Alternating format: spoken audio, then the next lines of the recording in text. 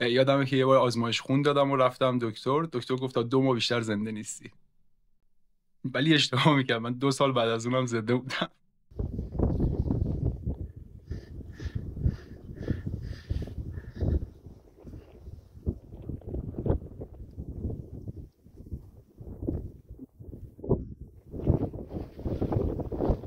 من برای تغییر سبک زندگیم از 3 روش اصلی تغییر عادت‌ها کمک گرفتم که توی این ویدیو داستان واقعی تغییراتم رو به همراه این 3 روش اصلی مرحله به مرحله توضیح میدم.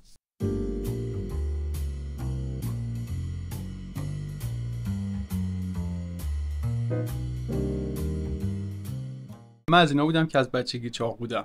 کلاً هم لاغر شدن و رژیم گرفتن و اینا خیلی برام سخت بود. تو سن 24-25 سالگی هم 155 کیلو شده بودم. به این وزن که رسیده بودم با رژیم کتوژنیک و فاستینگ آشنا شدم. به خاطر این روحیه ریسرچی و اینکه دنبال همه چی باشم خودم رفتم تحقیق و با این سبک زندگی و این دایت آشنا شدم و تونستم حدود 50 کیلو وزن کم کنم. چون کلا هم خیلی جوگیر بودم، خیلی سفت و سخت این کتو رعایت میکردم، فستای طولانی میکردم، مثلا فست 36 ساعت و 48 ساعت جزء بخشی از روال زندگیم بود. رکوردم هم یه فست بالای 100 ساعت داشتم که اینطوری بود که جمعه عصر فکر میکنم شام خوردم، وعده بعدیم سه شنبه بود. توی این بینم فقط قهوه و آب و حالا سیگار خیلی زیاد.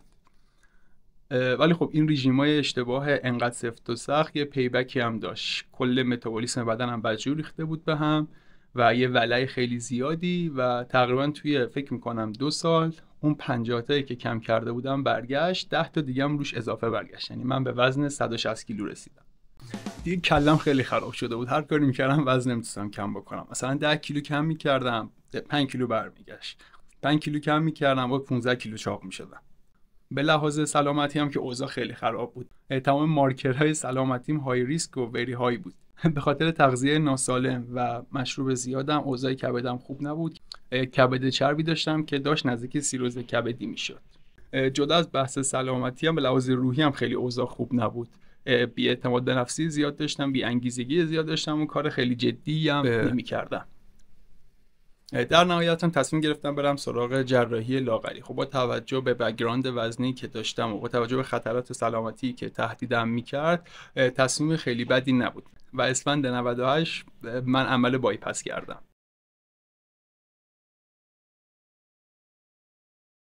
بریم سراغ واسه اصلی که شروع ویدیو گفتم.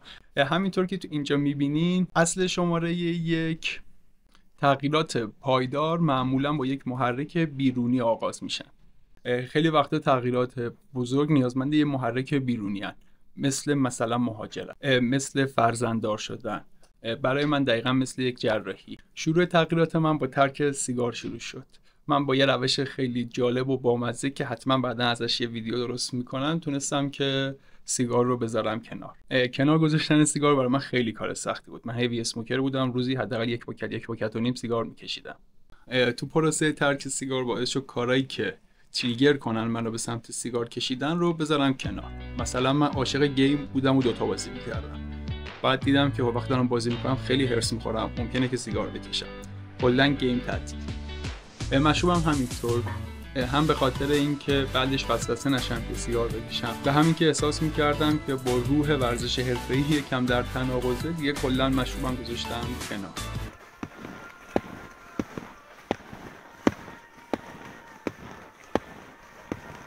خب اینجا میخوام اصل شماره 2 رو بگم که به قدرت اراده خیلی اکتفا نکنید، چون قدرت محدوده. بهتره که محیط رو عوض بکنید. من برام خیلی سخت بود که هم 2 تا بازی کنم و هم مشروب بخورم و همین که تلاش کنم با خودم مثلا مبارزه کنم و بجنگم که سیگار نکشم. خب این بهتر بودش که کلا محیطم رو عوض کنم. این پایینم منابع مرتبط و پژوهش‌های مرتبطی که با این موضوع هست که کمم نیست رو میذارم، لینک همش هم تو دیسکریپشن هست. و تا همینجا اگه از این ویدیو داره خوشتون میاد سابسکرایب کنید تا ویدیوی بعدی رو از دست ندین و اگر هم این ویدیو براتون مفیده لایک کنید و حتما با دوستاتون به اشتراک بذارید.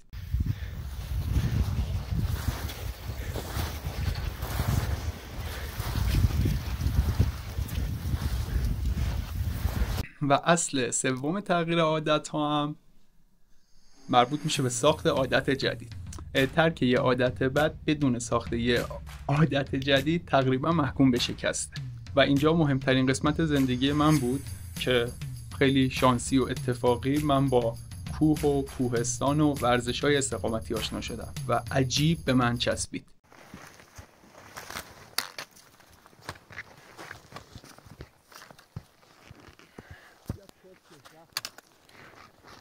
خیلی برای من لذت بخش بود. من اصلا فکر نمی‌کردم که روزی ورزش کنم یا کوهنوردی جدی بکنم.